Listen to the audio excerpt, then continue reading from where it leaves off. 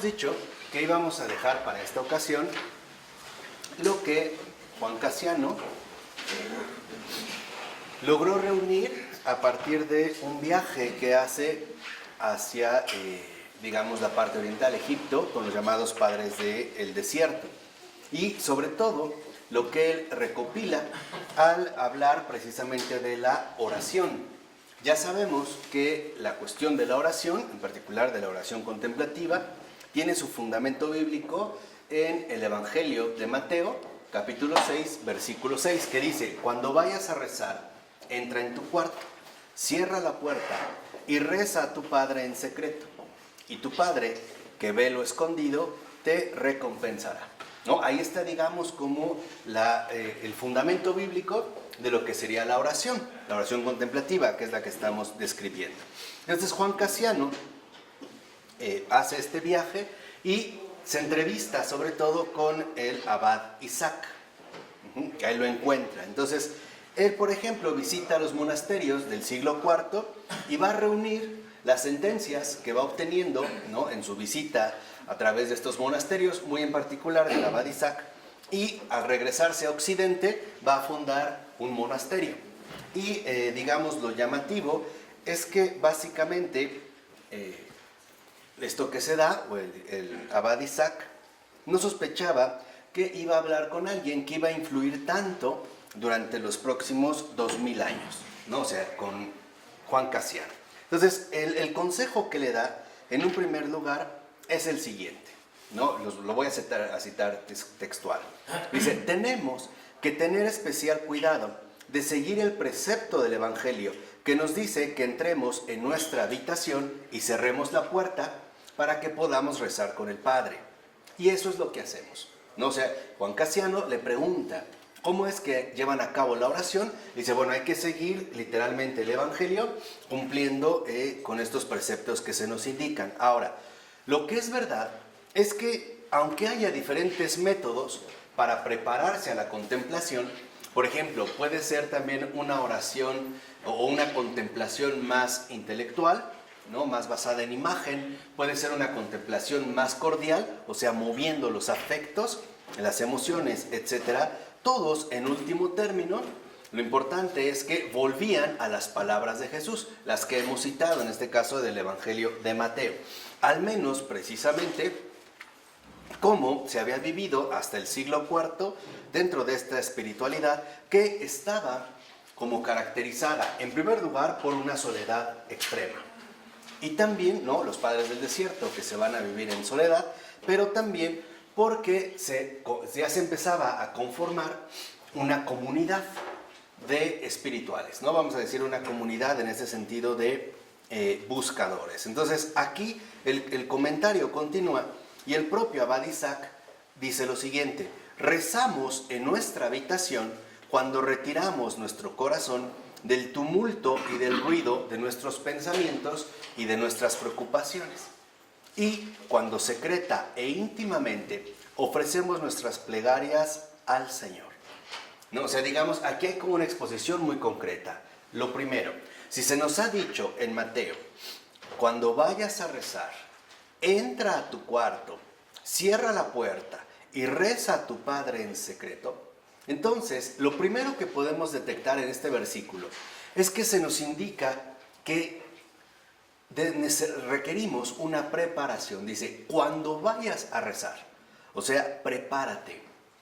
No puede ser algo que tú vas a hacer así, por decirlo, de manera automática, sino que en este sentido te tienes que preparar entrando a tu cuarto. ¿Cuál es en ese sentido tu cuarto? Tu corazón. O sea, retirarte a tu cuarto, en sentido metafórico, que es lo que está haciendo el abad Isaac, es que en efecto logremos entrar a nuestro propio corazón, pero alejándonos de todo el tumulto o el ruido en el cual vivimos y que estarían básicamente, digamos, conformados por, en primer lugar, nuestros pensamientos, nuestros propios pensamientos, y en segundo lugar, nuestras preocupaciones. ¿Por qué? Porque la oración requiere el superar la dispersión. Y este es el primer paso. O sea, no se puede tener oración Si yo estoy agobiado por pensamientos del tipo que sean o por preocupaciones del tipo que sean, si yo no logro superar ni mis pensamientos ni mis preocupaciones, no estoy en oración. No entro al cuarto. Por eso es estéril. No estoy entrando a mi cuarto, o sea, no estoy haciendo lo que el Señor me dice. Cuando vayas a rezar, o sea, cuando vayas a orar, ¿no? En este sentido, te tienes que preparar. Y el modo de prepararse es el no engancharnos precisamente por nuestros pensamientos, ¿no? Que pueden generar tanto ruido, tanto desorden, y por las preocupaciones que ciertamente nos afectan de manera profunda en el nivel emocional, en el nivel interiormente emocional. Por ejemplo, si yo tengo la preocupación por algo en particular, no puedo concentrarme. ¿Por qué? Porque mis afectos, en este sentido, están enganchados a la intensidad de la emoción que estoy viviendo. Entonces no estoy haciendo lo que Jesús me dice. Estoy siguiendo mi propio recorrido. No estoy tomando en serio lo que el Señor me está comentando. ¿Por qué? Porque el ruido de los pensamientos y de nuestras preocupaciones provienen ante todo de dos factores. Tratándose del pensamiento, provienen de que no somos capaces de concentrarnos en Dios. En pocas palabras, únicamente nos quedamos detenidos en nosotros mismos. O, por ponerlo a lo mejor en términos más modernos, nos cuesta mucho trabajo, sobre todo en una cultura como la actual, el poder superar nuestro peso subjetivo. Le damos total credibilidad a nuestros propios pensamientos. Y ahí tenemos a un Descartes, ¿no? Que llega al límite de afirmar que pienso y después existo. O lo voy a poner de otra manera. Suponemos falsamente que porque lo pienso es. O sea, hay aquí un error que nos bloquea muchísimo la experiencia de la oración. Y es muy sencillo.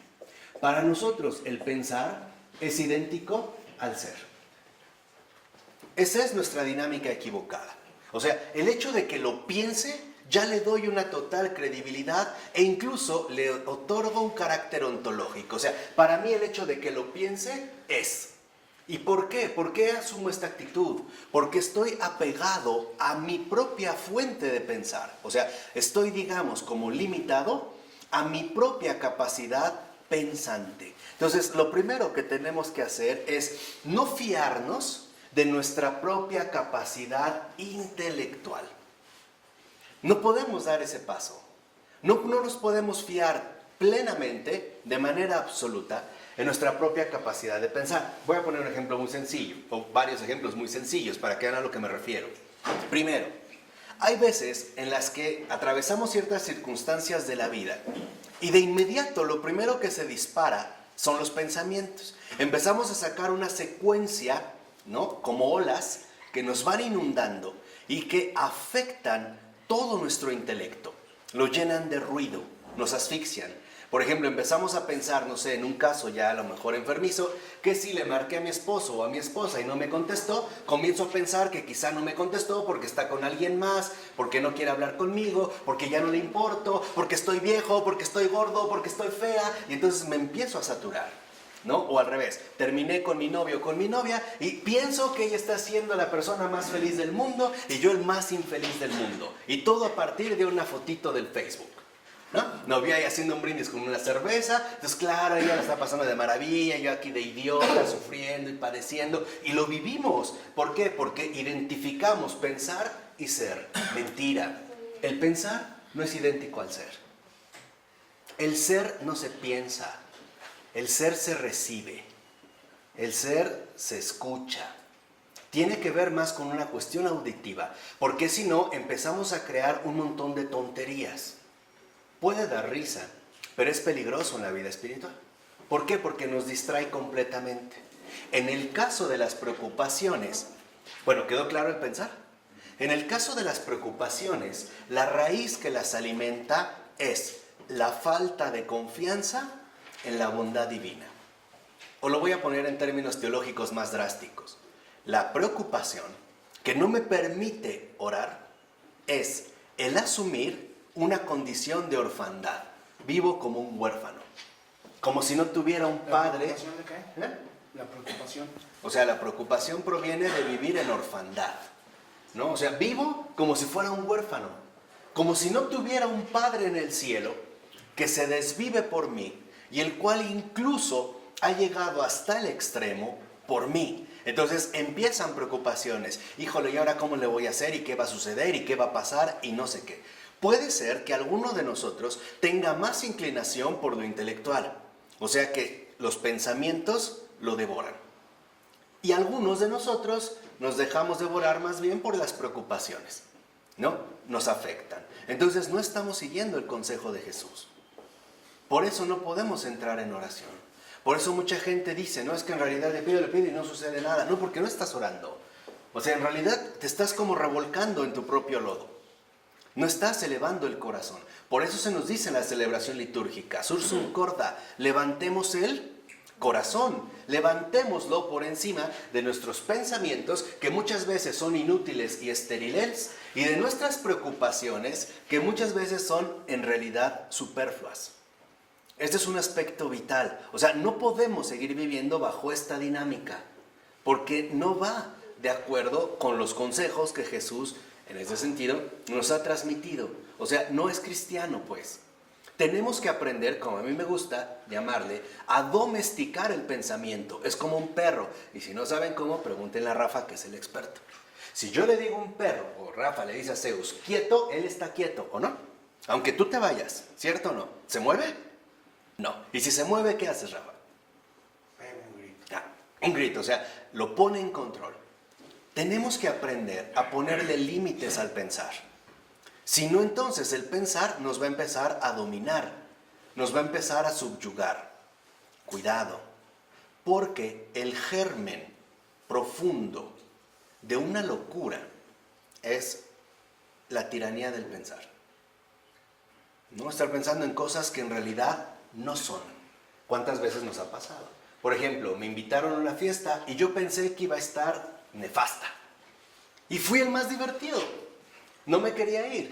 Vi a una persona pasar o llegar a un lugar y de inmediato pensé que era una persona insoportable y despótica. Y después es mi mejor amigo, hasta besar quiero. No, hasta besarlo quiero. O sea, que lo piense no significa que es así. ¿Me explico? O sea, tenemos que aprender a ser objetivos y ponerle límites a mi pensar. Y la receta es muy sencilla. Si mis pensamientos afligen mi corazón, no son de Dios. Así de simple. Entonces no tengo por qué engancharme o no tengo por qué darles cabida. No tengo por qué tragármelos, en pocas palabras. Pero para ello se requiere vigilancia. Tenemos que estar vigilantes. A veces quizá nos ha pasado que un día amanecimos bien y de repente estamos mal y no supimos por qué. Y alguien te pregunta, ¿qué tienes? No sé, me siento mal. ¿Pero qué pasó? No sé. Lo más probable, un pensamiento. Y pudo haber sido algo tan inofensivo poco a poco como el hecho de que iba hacia algún lugar y escuché una canción a lo lejos y esta canción me trajo un recuerdo y entonces pensé lo que había ocurrido y después pensé que esto no se dio y que mi vida se había acabado y que no servía para nada y que era un fracasado y que era un idiota y que era un estúpido. Y acuérdate, siempre un pensamiento siempre conlleva un sentimiento. Siempre. Siempre un pensamiento conlleva un sentimiento. Siempre. Entonces, si un pensamiento te aflige, no viene de Dios. Pues no tienes por qué seguirlo. Tú tienes que ponerle un alto. No tienes por qué dejar que esta secuencia lógica del pensar te doblegue. En el caso de las preocupaciones, la dinámica espiritual es diferente. Porque el peso de la preocupación se vence a través de un simple acto de la voluntad. ¿Qué significa esto? Que si yo empiezo a sentir el dominio de la preocupación sobre mí, yo tengo que hacer un simple acto de voluntad y no querer que la preocupación me gane. Y para ello no necesito echarle rollo de que no, todo está bien, Dios es bueno, me ama, pero no dejo de temblar. Ajá. O tratar de cambiar mis sentimientos de que me siento mal, pero no le voy a echar ganas y me voy a cantar y a bailar al club de los optimistas. No, la cosa es muy sencilla. La preocupación se vence con un simple acto de la voluntad y es, quiero confiar en Dios, nada más. Sin razonamientos tontos o movimientos emocionales inútiles. Entonces, si vemos, ahí la dinámica espiritual es diferente. Por eso, lo que se menciona es que necesitamos seguir a Jesús. Cuando el Señor dice, sígueme, no solo se está refiriendo a el seguimiento físico. Se está refiriendo a una fidelidad total. Y Él lo dijo, ¿no? Él es el camino. Entonces, tenemos que seguir ¿qué? Camino. Entonces, antes de meterte a orar, cuando vayas a orar, lo primero que tienes que hacer es frenar tus pensamientos y cortar tus preocupaciones. ¿Me explico? ¿No es el hacerse como niños? ¿No dijo el Señor que si no os hacéis como este niño, no podréis entrar en el reino de los cielos? Y allá hay ya una clave maravillosa. La oración es ya entrar al reino de los cielos. Estar ya en el reino de los cielos. Entonces, si no hacemos esto, si queremos seguir jugándole al adulto, que se cree sus propios pensamientos, sus propios fantasmas, y que aparte se atiborra, se atasca de sus propias preocupaciones, no estamos en el camino, ¿eh? O sea, no estamos en ese sentido siguiendo a Jesús. Ahora, recordemos que en los tiempos, por ejemplo, de Jesús, básicamente muy pocas personas, casi nadie, tenían una habitación privada. Era comunitario, eran espacios comunes. No estaban como hoy divididos, sala, comedor, cocina, recámara. Eran más bien espacios abiertos. E incluso en los tiempos de Jesús, el que tuviera un techo, ya, estaba rayado. O sea, ya gozaba de un gran bienestar. Entonces, la habitación privada, este cuarto al que se nos invita, se trata de mi intimidad profunda. Realmente ingresar a mi intimidad profunda. Y para llegar ahí, tengo que superar las interferencias. Ya dijimos, pensamientos o preocupaciones. ¿Me explico? Pensamientos o preocupaciones. Y entonces se trata de un lugar privado. Cuando en la sugerencia de Jesús se habla de ingresa a tu cuarto, lo que te está diciendo el Señor es ingresa a tu intimidad más profunda. Intimidad que es bloqueada por tus pensamientos y por tus preocupaciones. Por eso el Señor nos dijo, mi forma de pensar no es la vuestra. Mis caminos no son vuestros ¿qué? Caminos. Nuestros pensamientos en gran medida son retorcidos. Tenemos que domesticar al pensar. Tenemos que enseñarle a callar y no dejar que tome la palabra como se le dé la gana. Esto es algo fundamental. Y tengo que aprender a fortalecer la voluntad. No puedo estar viviendo bajo preocupaciones, porque las preocupaciones es negar, así en un sentido profundo, el vivir con preocupaciones es negar la bondad de Dios. La preocupación es no aceptarlo como Padre. Sí, lo acepto como un Dios poderoso, grandioso, omnipotente, pero no como un Padre. Por eso, cuando vemos, le preguntan a Jesús, enséñanos a orar, la primera palabra que menciona es Padre. No nos estamos relacionando con un Dios omnipotente, poder superior, anónimo, extraño. No, me estoy relacionando con un Padre, con un auténtico Padre. Entonces, este cuarto está más allá de nuestro fluir psicológico habitual. Es la verdadera dimensión espiritual. Creo que lo podemos entender a partir de una imagen. Es como el mar. En el mar, en la superficie, hay olas, ¿estás de acuerdo? Hay muchas olas y hay mucho movimiento. Pero ¿qué pasa si empezamos a profundizar? Si empezamos, ¿no?, a bucear. a meternos a las profundidades del mar, ¿encontramos el mismo movimiento? No, al grado de que si llegamos al fondo, parece que todo está ¿qué? Quieto. Esa es la dinámica de nuestro ser. En nuestro nivel más superficial, o sea, en el nivel psicológico, están las olas. Están las olas. En un nivel más profundito, en un nivel más hondo, más a fondo, se encuentra nuestra realidad emocional. Ahí están las corrientes subterráneas, pero igualmente auténticas. Pero en el fondo de mi ser está lo espiritual. Y ahí lo que hay precisamente es calma. ¿Me explico? Entonces, el cuarto involucra superar nuestro vivir habitual, que puede ser el cuarto como mi intimidad, o sea, mi verdadera dimensión espiritual, que está más allá tanto de mi nivel emocional como de mi nivel psicológico, de mi nivel intelectual en este sentido habitual.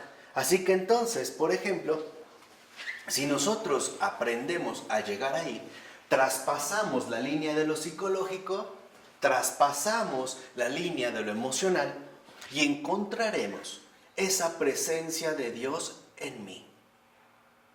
¿Cómo la puedo notar? ¿Cómo la puedo experimentar? Ante todo, como una gran paz. Ya no está la agitación de los pensamientos ni las revolturas de los sentimientos. Ahí está el Señor. Ahí está. ¿Qué es lo que nosotros debemos de recuperar? La paz de Dios. Pero para ello hay que profundizar. ¿Qué sucede? No nos gusta. Nos da temor. Y esto es un efecto grave del pecado. Nos da miedo ir a fondo. Preferimos estar en la orilla, golpeteados, ¿no? A veces hasta contra los peñascos y las piedras, en lugar de profundizar. En lugar de ir literalmente al fondo de mi ser, traspasando tanto las olas enormes que pueden ser pensamientos muy destructivos, como corrientes fuertes que emocionalmente pueden tener fuerza sobre mí. Pero si yo avanzo un poquito más y sigo, por ejemplo, en la oración contemplativa, traspaso todos estos movimientos, todas estas alteraciones y puedo encontrar la paz, o sea, la paz del alma. Es acceder a la presencia de Dios en mí. Y esta presencia de Dios en mí se manifiesta como un acto entero de confianza. Él nos dice, aquí estoy. Ahora entienden por qué también, por ejemplo, la Santísima Virgen de Guadalupe le dice a Juan Diego, nada te turbe, nada te espante. No estoy yo aquí, que soy tu madre. Nada te turbe. ¿No es verdad que los pensamientos nos turban? Y si los dejamos crecer nos perturban, ¿eh? ¿Y no es verdad que las emociones nos espantan? ¿No estoy yo aquí? O sea, a este nivel, a este, digamos, nivel profundo de este encuentro con el Señor. Porque además, no debemos olvidar que, primero, nuestra psicología habitual, ¿no? Nuestra psicología normal, digamos, la intimidad, que no es precisamente idéntica a nuestra psicología habitual. Híjole, ¿ahora qué voy a hacer? No, ya me fue muy mal, ya eché a perder mi vida, ya no hay futuro para mí, ya Dios no me quiere, fracasé como persona, bla, bla, bla, bla, bla, bla. Siempre va acompañada de un flujo de pensamientos, comentarios y reacciones. Vean, en nuestra psicología habitual funciona de esta manera, esta es su dinámica. Primero, aparecen los pensamientos. Me viene un pensamiento, ¿no? Una figura intelectual, aparece un pensamiento en mí. Pero después de los pensamientos, le agregamos los comentarios. Híjole, sí, no, pobre de mí, qué mal. O, claro, yo tuve la culpa, yo fallé, bla, bla, bla, bla, bla, bla, bla, bla, bla. Y después, ya cuando nos intoxicamos bien y bonito con los comentarios, vienen las emociones. Esa es nuestra psicología habitual. Esa es nuestra psicología habitual. Nos viene un pensamiento, después comentarios y al final las emociones. Ejemplo, le marqué a mi esposo, no me contestó, entonces me viene un pensamiento, pues ¿con quién está? Y empezamos a dejar ir los comentarios, ¿no? Claro, de seguro apagó el celular, ya no me quiere, anda con otra. Sí, ya, lo he notado raro.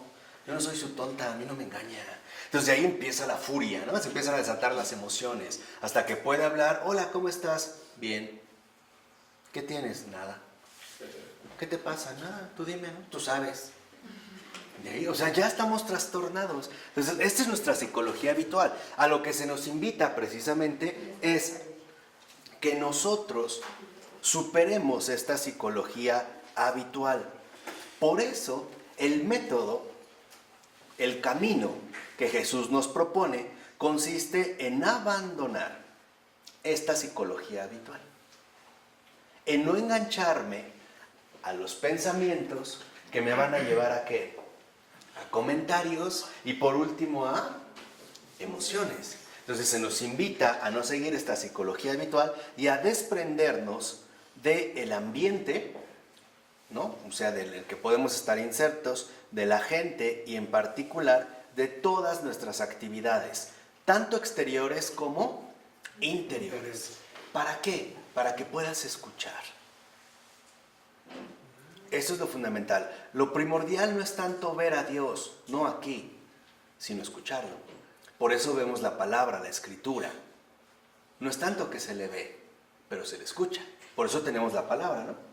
La palabra se le escucha, se le recibe. Entonces, si seguimos esta situación, veremos que se nos invita, en pocas palabras, a superar nuestra psicología habitual. ¿Cómo? Primero, cultivando, trabajando el silencio interior. Así, o sea, el esfuerzo que tenemos que hacer para que mis pensamientos no me afecten. Mantenerme ¿en qué? En silencio. Esto en términos prácticos se puede lograr a través de actuaciones muy simples. Por ejemplo, el pronunciar una jaculatoria internamente. Por ejemplo, te vas a morir de cáncer, Ave María Purísima, se acabó. Te van a matar los sicarios, Jesús, en ti confío. Tu esposo está saliendo con otra, oh María sin pecado concebida, o la que queramos. Así. Ese es nuestro escudo, ¿no? O sea, en eso me voy a detener. Esa va a ser, por ejemplo, mi protección. ¿Por qué? Porque además del silencio interior, tenemos que reconocer en qué consiste la búsqueda de Dios. Y no es a través precisamente de una inteligencia, es más por intuición. ¿Qué quiere decir? Que la intuición tiene que ver más bien con la dimensión cordial, o sea, de corazón, que con la vía meramente intelectual. En esto tiene que ver más la búsqueda de Dios, en volverse uno más intuitivo, o sea, en no estar siempre apegado a nuestra psicología ¿qué? Habitual. Y si vamos avanzando en este sentido, precisamente ahora vemos que la segunda recomendación es entrar al cuarto y cerrar la puerta. Le dijo el abad Isaac a Juan Casiano, cerrar la puerta. Dice, rezamos con la puerta cerrada. ¿Cuándo? Sin abrir los labios, cerrando la puerta de los labios y en perfecto silencio, o sea, sin pensamientos perturbadores o emociones dolorosas. Así ofrecemos nuestras peticiones a aquel que no se fija en las palabras, sino en el corazón. O sea, tenemos que aprender a hablar de corazón a ¿qué? A corazón. Por eso les decía que con el Señor no se trata tanto de elaborar discursos sofisticados. No. Con el Señor se trata más bien de hablar de corazón a corazón. No sé si te ha pasado que has visto o experimentado situaciones realmente dolorosas o en otra persona que no puedes hablar y que lo único que te queda es expresarlo de corazón? Puede ser a través de un llanto, de un abrazo o de una cercanía. Y no lo hacemos a través de un argumento lógicamente elaborado, ¿verdad? Por ejemplo, ay, está sufriendo, claro, en consecuencia algo le ha pasado, por lo tanto le voy a ayudar. No es cierto. Actuamos mucho más por intuición. Entonces, tenemos que ser muchísimo más perceptivos a esta intuición que tiene que ver con el lenguaje del corazón. Y aquí, por ejemplo, en el lenguaje del corazón, no necesariamente tenemos que usar palabras. A veces basta un gemido. ¿Se acuerdan cuando San Pablo recomienda la oración constante, ¿no? La oración ininterrumpida, incluso dice con peticiones, súplicas y gemidos? A estos gemidos se refiere, no al ay, qué mal me va, cómo estoy, no, a los gemidos del corazón. O sea, estos gemidos que no los podemos traducir enteramente a palabras o un suspiro. ¿De verdad podemos traducir a un enunciado el contenido profundo de un suspiro? No, pero ¿lo intuimos o no? ¿O no? Sí. Por ejemplo, el balbuceo de un bebé. ¿Lo podríamos traducir a un discurso? No, pero como que intuimos su significado o no. Sí, entonces va más en la cuestión en ese sentido de el corazón. Por lo tanto, nada de parloteos. Nada de parloteos. Tenemos que desapegarnos del abuso del lenguaje. Orar no es abusar del lenguaje. Yo he visto mucha gente que está acá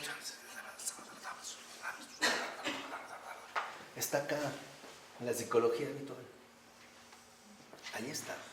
Nada de parloteos en este sentido. ¿Por qué? Porque el parloteo no puede ocupar el lugar del deseo de estar con Dios en lo más profundo. Por eso si lo ven incluso muchas veces, ¿no? Cuando el Señor está con sus discípulos, no hay tantos parloteos, ¿o sí? Pongamos este caso. Cuando Pedro encuentra a Jesús una vez resucitado. Pedro traía carga de conciencia, ¿cierto o no? Lo había negado. Y lo había negado 3 veces. Entonces cuando van, ¿no?, en la barca, a lo lejos, Juan lo ve y dice, es el Señor. Entonces se avientan, primero Pedro, y llega primero. Y Jesús, ¿qué le dice? ¿Cuál es la primera palabra que pronuncia Jesús cuando está enfrente de él? ¿Se acuerdan o no? ¿No se acuerdan? Que hasta está Jesús cocinando unos pescados. ¿Cuántos son? No. Ya cuando Jesús resucitó, que lo encuentran, No nos acordamos. ¿no?, en la barca, le dice, Simón, ¿me amas? ¿Por qué le dice Simón y no Pedro? Porque solo el Señor sabe quiénes somos, ni nosotros sabemos. Ok, pero hay algo mucho más concreto. Pedro, Cefas, significa ¿qué? Piedra. No quiere hablar con Pedro. Eso ya está instalado. Quiere hablar con la parte débil, Simón. La palabra Simón significa caña quebradiza. Eso significa Simón. Caña quebradiza. Por eso no le habla a Pedro. ¿A quién le habla? A Simón. Ha experimentado que es una caña, o sea, una fragilidad, y que aparte es una caña quebradiza. En eso es en lo que va a trabajar. No va a trabajar con la piedra, eso él ya le instituyó. Por eso él le ha cambiado el nombre y ahora te llamarás Pedro. No, quiere hablar con Simón, con la parte débil, con esta parte que puede llegar abochornada, avergonzada, con sentimientos enormes de culpabilidad, de dolor. Con esa es la que se quiere dirigir. E incluso la confirma. Ya sabemos, le pregunta a Simón, ¿me amas? Y Simón ya aprendió a no hablar de más. ¿Se acuerdan? El parloteo, que en la noche de la cena del Señor, que le dijo que iba a morir, pero no, yo te acompaño hasta el final, si es necesario moriré contigo, bla, bla, bla. O sea, y a partir de ahí entonces ya Pedro ya no parlotea, ya no. ya le dice, no Señor, tú sabes que te quiero. Ya no está acá. Pedro ya está. En serio, que le dice, bueno, apacienta mis corderos, ¿no? Apacienta mis ovejas. Vean, le está encomendando a Simón, a la caña quebradiza, la obra que va a realizar. Lo está integrando. Lo está integrando. Lo está sacando de su psicología, ¿qué? Habitual. Eso es lo que sucede en nosotros. Por ejemplo, en el confesionario. Cada vez que vamos a confesionario, no llegamos como Pedro. Llegamos como ¿qué? Simón. Como Simón. Y el Señor nos vuelve a decir, ok, ¿me amas? Sí, tú sabes que te quiero. Ok, vete y no vuelvas a ¿qué? A pecar. Es en este sentido una dinámica que precisamente no podemos olvidar, y mucho menos de esta manera tan sencilla. Entonces, necesitamos reconocer que el cerrar la puerta es cerrar ante todo la puerta de los ¿qué? De los labios, porque si no se vuelve algo enteramente mecánico. ¿Ya? Así como hay gente que habla por mecánica, o como me decía mi abuela, en paz descanse, tú nomás hablas porque tienes hocico. Y es lo que muchos es lo que hacemos, hablamos, nosotros queremos hablar y hablar. No, pero también, por ejemplo, yo a veces estoy muy cansado, no puedo concentrarme o tengo mucho sueño. Prefiero hablarlo, hablar, ¿sí? Para que sea más concentrado. Bueno, No, no es lo que estás diciendo no es una regla fija. no, yo dije que había varios métodos. Sí, hay otro método. Sí, o sea, de ser que había varios. En este caso es, digamos, como del silencio interior. El disciplinarse en este silencio interior. Porque si no después, al abrir la puerta, nos quedamos en esto, en una pronunciación mecánica de palabras. Perdemos la intuición, o sea, ya no estamos en el lenguaje del corazón. Ya nos hemos vuelto o nos hemos subido, o sea, en lugar de bajar, nos volvemos a subir a nuestra psicología habitual, al ámbito de lo verbal. Puede haber diálogos interiores con el Señor, pero lo importante es alcanzar este silencio profundo, de tal forma que entonces lo que nosotros necesitamos en este sentido es también, como nos dijo el Señor, rezar en secreto. ¿Qué significa en secreto? Cuando lo hacemos en soledad, o sea, en la soledad de nuestros corazones y con un espíritu recogido. Recoger, la propia palabra recoger es importante, porque recoger significa ponerse a trabajar. ¿Cuántas veces yo creo les ha ocurrido que según ustedes van a orar y cuando se dieron cuenta están pensando en 1000 cosas? Y aparte irrelevantes. ¿Qué tengo que hacer esto? ¿Que mañana? ¿Que lo otro? ¿Que voy a comer? ¿Cómo me habló hoy? ¿Qué feo me miró? No me gustó la comida, ¿no? El tráfico. O sea, no nos ponemos a trabajar. ¿En qué? En el recogimiento. Porque en último término, el recogimiento es concentrarme únicamente en el amor. Lo que quiero es amar al Señor y ser amado por Él. Eso es lo que quiero. Así estoy, digamos, como tratando de recoger. Cuando a alguien le dicen, recoge tu cuarto, no le gusta, ¿verdad? Porque ante todo involucra, ¿qué? Esfuerzo. Entonces, este esfuerzo de recogimiento es vital para que nosotros, en este sentido, no quedemos tampoco como una especie de mente en blanco, al estilo budista, ¿no? Del hombre. No. O sea, se trata de que nosotros en realidad empecemos a recoger para mantener un orden. Entonces, en esta soledad de nuestros corazones, significa que necesitamos estar en una actitud adecuada de receptividad. A lo que se nos invita no es tanto a ser participativos, sino en primer lugar receptivos. O sea, ser receptores de lo que Él me quiere dar. Es como si una persona me quisiera dar un consejo, pero apenas llega yo le empiezo a hablar y hablar, bla. Llegaría un momento en el que nosotros, ¿qué pudiéramos recibir? Nada. ¿Me explico? O sea, orar, entonces, en este sentido, es darle la palabra a Dios. Y entender que su lenguaje no es un lenguaje necesariamente verbal. Se puede dar, pero no es lo usual. Se puede dar verbalmente, Podemos escuchar una palabra, un enunciado, una conversación verbal, pero no es lo central, porque por lo regular el lenguaje de Dios es más intuitivo, va más como a la intimidad del corazón. Por ejemplo, puede ser a través de una pacificación o de un profundo consuelo. No lo podríamos traducir en palabras, pero sí lo podemos experimentar en el corazón.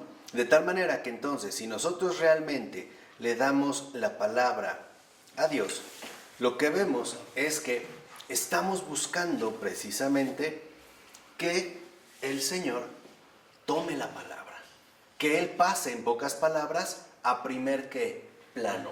Ya no yo, es Él. Cuando esto sucede, dicho sea de paso, el demonio se pone muy nervioso. Por eso vienen las distracciones. ¿Por qué? Porque sabe muy bien que cuando uno se toma en serio la oración, está en peligro de perder el poder sobre una gran multitud de gente. Por eso él siempre se va por los cabecillas. Él se va por los peces gordos.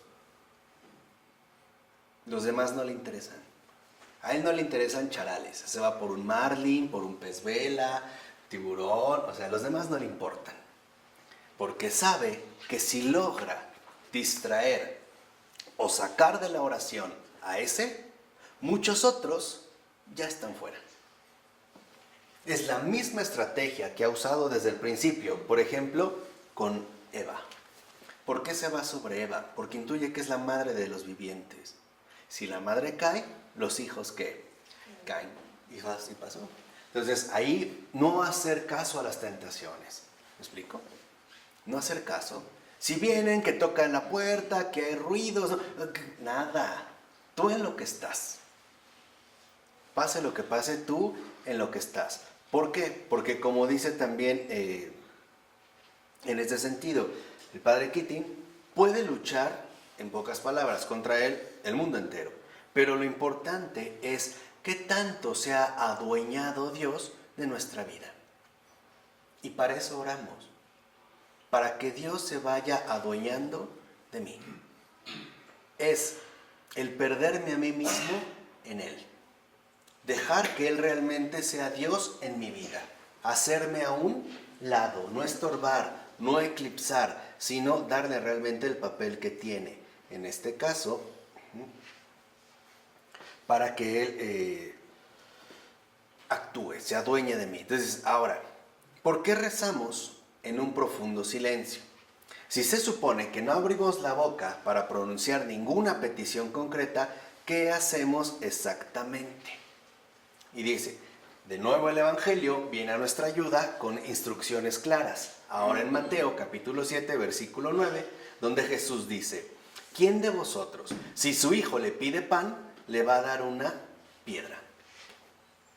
Vean, o sea, como que esta relación dice, uno, en aquella época en Palestina el pan era plano, como el pan pita de hoy, como el pan árabe, ¿no? Plano. Y podría llegar a parecer una piedra.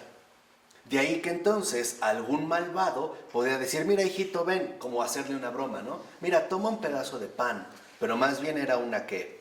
Piedra. Y decía, ¿o quién? Dijo Jesús, ¿quién? ¿Qué padre si su hijo le pide un pez, le va a dar una serpiente? Porque en el mar de Galilea hay peces muy alargados que ciertamente parecen ¿qué? Serpientes. Entonces, un malvado podría decirle, mira, ven, toma un pez, cuando en realidad es una serpiente y además venenosa. Dice Jesús añade, si vosotros, que sois malos, sabéis dar cosas buenas a vuestros hijos, cuánto más vuestro Padre que está en el cielo dará el Espíritu Santo a los que se los pidan. Entonces, la conclusión es muy sencilla. Primero, ¿acaso creemos que cuando nos encerramos en nuestra habitación privada y entramos en el nivel espiritual de nuestro ser para estar con Dios, Dios nos va a dar algo malo? ¿O nos va a entregar al demonio? No.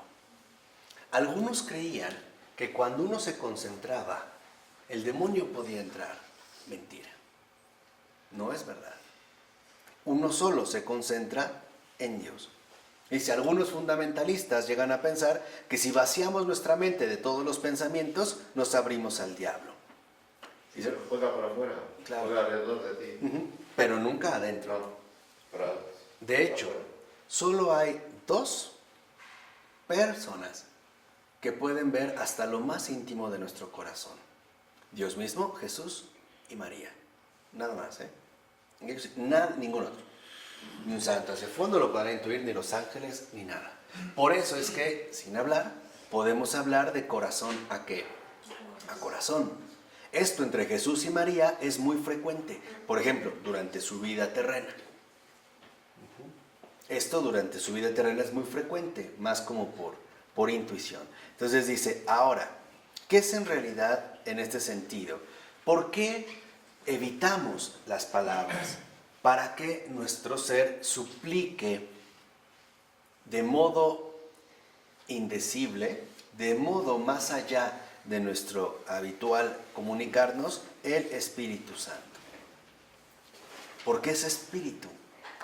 No sé si me explico. O sea, es un espíritu que no puede ser reducido a nuestro nivel psicológico, mental o verbal o lo que sea. Entonces dice, en este sentido, lo que buscamos es recibir el Espíritu Santo. Y por lo tanto, vean, en realidad no necesitamos pedir nada en la oración contemplativa, sino recibirlo todo. Esta es la gran diferencia. Esta es la madurez espiritual. El no pedir nada, sino recibir lo que, todo. O sea, no hables, escucha. Escuchar. No iniciativa, sino receptividad. Porque Él se encarga de los demás. Entonces, por eso, o sea, no se trata de pedir nada, se trata de recibirlo todo. Dice, claro, hay momentos donde podemos tener la inspiración, la necesidad de pedir algo, rezar por alguien o por nosotros mismos. Dice, está bien, pero mientras oremos, lo haremos en silencio, porque estamos en entrevista privada con el Señor, con el Rey de Reyes. Y Él mismo nos dio una garantía. Busquen primero el reino de Dios y todo lo demás, todo, no dijo casi todo, todo lo demás se les dará ¿qué? Por añadidura. Y me encanta esa palabra que usa, por añadidura. O sea, como diciendo, no es importante. Entiendan que nuestra psicología habitual, lo que para nosotros es importante, en realidad no lo es. Pero también añadidura quiere decir que les daré muchísimo más de lo que Sí, claro. Pero el énfasis aquí es que no es lo primordial. En pocas palabras, lo realmente fundamental no es lo que ustedes piden, es lo que yo les doy. No sé si me explico. Este es el secreto de la vida espiritual. Esto es oración contemplativa. Entender esto, que lo importante no es lo que le pido, es lo que Él me da. Eso es lo fundamental. Porque yo le estoy pidiendo un pan. Él no me va a dar una piedra. Él no solo me va a dar un pan. Él se va a dar a sí mismo. Y no hay nada más grande que Dios mismo. Nada. Por ello es que debemos aprender que lo importante no es tanto el pedir, sino el recibir todo lo que Él me da. Y saber que todo lo que Él me da es lo mejor que puedo tener. No hay nada mejor. A veces lo que me da durante la oración es quedarme dormido y renunciar a lo mejor a mi esfuerzo de permanecer en vela. ¿Sí me explico? A lo mejor lo que necesito es un descanso. A veces me da un desahogo, una alegría, una corrección. Este es, digamos, en un primer sentido, es oración. Orar es estar totalmente disponibles para Dios. Eso es orar. Por eso San Pablo dice, oren sin interrupción. ¿Cómo? Dios te salve María, llena eres de gracia, el Señor es contigo. Pegándome, Dios te salve María, llena eres de baño, Dios te salve María. ¿Así? ¿Eso es orar sin interrupción? No. Orar sin interrupción es estar totalmente disponible para Dios. Eso es orar. Lo demás es parlotear. Tal cual, Y vemos que no nos permite esto. La oración contemplativa es estar totalmente disponibles para la presencia de Dios. O sea, rendirnos totalmente, como María de Betania. Y no como Marta. Marta. ¿No? Por eso dice, muchas cosas son las que te preocupan, cuando una sola es necesaria. Entonces, si tenemos necesidad o la inspiración de pedir algo, hagámoslo. Pero nunca creamos que eso es lo más importante. Lo más importante no es lo que pido. Lo más importante es lo que puedo recibir de Dios. Eso es lo mejor. Y para ello hay que ir superando gradualmente nuestra psicología habitual. Por eso, en esta cuaresma, o lo que ya resta de esta cuaresma, básicamente una semana, le podemos pedir al Señor o podemos expresarle esta intención muy concreta. Señor, que haga lo que tú quieres y que quiera lo que tú haces. Porque si no, no nos gusta. Señor, que haga lo que tú quieres, que se cumpla tu voluntad y que quiera lo que tú haces, porque a veces eso ya no nos gusta. Señor, sí, hagas en mí tu voluntad. Pero así no. No, así no me gustó. Los cristianos sí, pero de los que habla el Papa Francisco, ¿no? No, sí, que se cumpla en mí lo que Dios quiera. Pero entonces no me gusta y me rajo. No, tenemos que complementarlo. Hay que hacer lo que Dios quiere, pero también hay que querer lo que Dios hace. Porque lo que Dios hace no checa, no concuerda con nuestra psicología habitual. Lo que Dios hace solo se puede entender, aceptar y amar en el silencio profundo del corazón. O sea, solo puedo querer lo que Dios hace en la oración. En esa intimidad secreta donde nos vamos configurando como uno solo.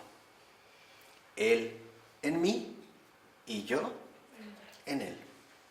Él en mí y en todos. ¿De acuerdo? La oración de Madre Teresa también. Sí, ¿no? El fruto del silencio empieza por el silencio y acaba con la paz. Si lo ven, empieza por el silencio. Eso es algo que hoy en día está verdaderamente devaluado. Siempre hay ruido. O sea, hay momentos para silencio y nos ponemos audífonos, siempre estamos escuchando música, el ruido de acá, el parloteo inútil, los noticieros. Nos vamos a dormir y seguimos. O sea, en una loquera inmensa. Hay que trabajar en el silencio interior. ¿De acuerdo? Vamos a sacar hasta aquí. En nombre del Padre, del Hijo y del Espíritu Santo. Amén.